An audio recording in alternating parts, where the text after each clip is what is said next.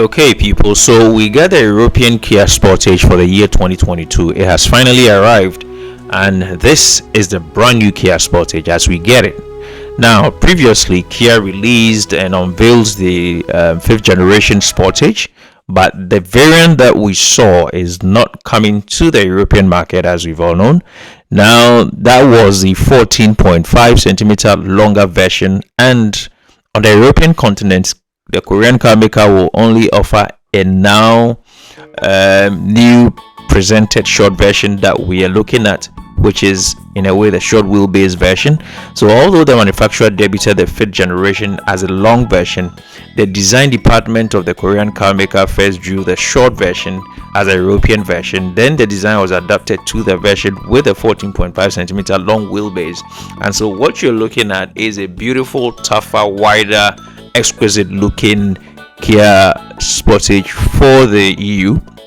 And then the design is actually the product of the American, Korean, and European design studios for the car maker, both inside out. And there are a lot of differences as well as similarities between the two vehicles, the short base and the long wheelbase for the respective markets. So let me just try and spot the differences and the similarities for you, which will solve the question of why the need for a special edition for the European market.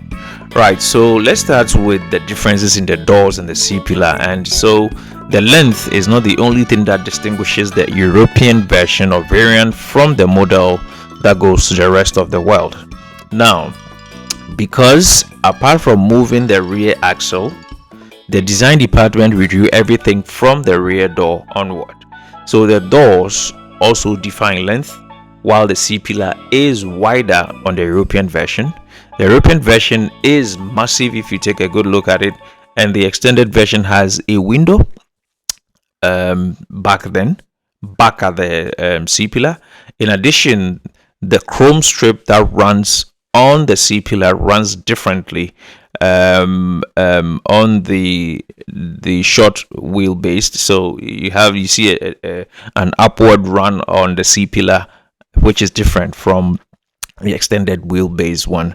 The height difference on the short version stems from a specific short wheelbase option, which is available in a duotone paint scheme with a black painted roof. The shape of the valve, as you're looking at, is similar but differs in details. And incidentally, Kia supplies two bumper designs on the European offerings. The GT line has a specific design in terms of the bumper here. Okay, so that is a bit of the differences. Let me just move on into the vehicle where the seating remains unchanged. It's still similar. So we've got 5-seater, and the short wheelbase is not exactly short as we put it, because it measures exactly 4,515 millimeters in here from bumper to bumper. So what you're looking at is what it is, and that sits on a wheelbase of 2.68 meters.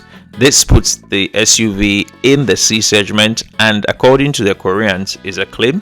They say that what we are looking at is the most spacious model in its class. We are yet to put the numbers together.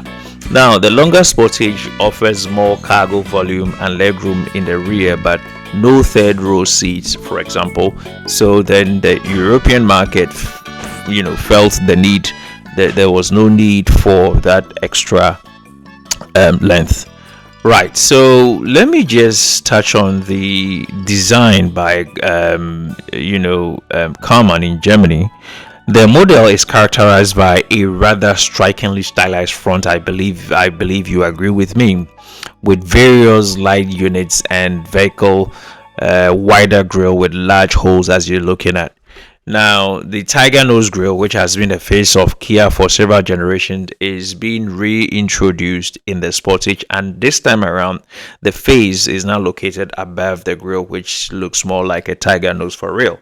Now, if you look at the inverted boomerang LED daytime running lights, it looks great on this vehicle. And if you get the top end models, you get the live matrix LED headlights in there.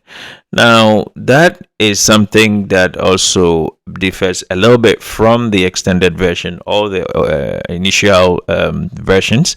Now let's look at the inside of the vehicle and see if we can spot something different, right? So in terms of height, in terms of length, the 3 centimeter longer, 1 centimeter higher, and 1 centimeter wider Sportage also has a completely individual face inside. Like the EV6, there's a curved display and it has one hole but made up of two 12.3-inch screens in there for your instrument cluster and your infotainment details and other details. And below that is a home cluster also, which contains shortcuts for frequently used functions. So that's a clever one from Kia. The Sportage has many systems. I'll touch on a few of them which are new. So we've got a blind spot camera with steering intervention. We've got a 3D 360-degree environmental camera system, which is new. Cruise control responds to information from the navigation system. Autonomous reversing and reversing warning systems with brake intervention. Right, that is a lot to cram in there, but it's all in there. Another interesting feature is where you hang your clothes. There's a clever feature such as clothes hanger integrated into the front headrest. In there you've got 4 USB connections, 2 of which are in the back seats. Step adjustment for the rear seat backrest and rear seat backs that fold down from the luggage compartment in a 60-40 split. Optionally, you can opt for the Harman Kardon audio over the JBL in here. So you've got a lot of goodies in there, but let me go down, touch on the powertrains and see what we have in there. So Kia builds a Sportage on the so-called N3 platform, which also includes the same Hyundai Texan family. The architecture helps Kia to spoon on the 1.6 petrol engine for the European market, specifically Netherlands, because the 2.0 diesel that produces 115 and 136 horsepower do not cross that border, but you get to enjoy the range which is based on 150 horsepower 4-cylinder engine with a mild hybrid technology. Okay, so you get to enjoy that. And you've got a second one, which is a hybrid version 1.6 TGDI that produces 230 horsepower, which is a good squeeze of power from that 1.6. And ultimately you get a follow-up with the plug-in hybrid version, which is maxed out at 265 horsepower, strong electrified 1.6 that is coming in later. And the latter has a battery pack of more than 13 kilowatts hour, which covers a distance of 65 kilometers on it. So those are the mechanicals in terms of powertrain.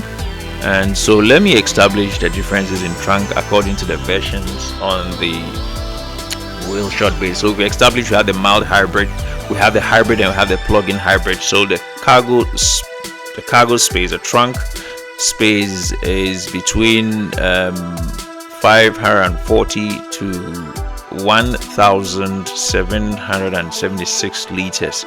So the mild hybrid starts off within a range of 562 to 1,751 liters, 1,751 liters, and the hybrid starts off at 587 liters to 1,776 liters, and the plug-in hybrid comes in at 540 liters to 1,715 liters. So that is how the trunk stands among the trims also. So if you are very much conscious of space, please take care of that, take note of that. Now, Kia will start delivery of these SUVs in Europe, beginning with Netherlands at the beginning of 2022. And the plug-in hybrid goes on sale a few months later, and pricing is actually estimated to be 28k British pounds to 33,000 pounds for the top of the line GT. And so if you are really interested in the mechanicals, I'll put it in the description column below so you can find out for yourself. This is what we have for you guys. I think it's good news. Going back for an European version, so we can actually look at which of them is best to keep. All right, so enjoy the day, have a great time, and all the best in today. Bye bye.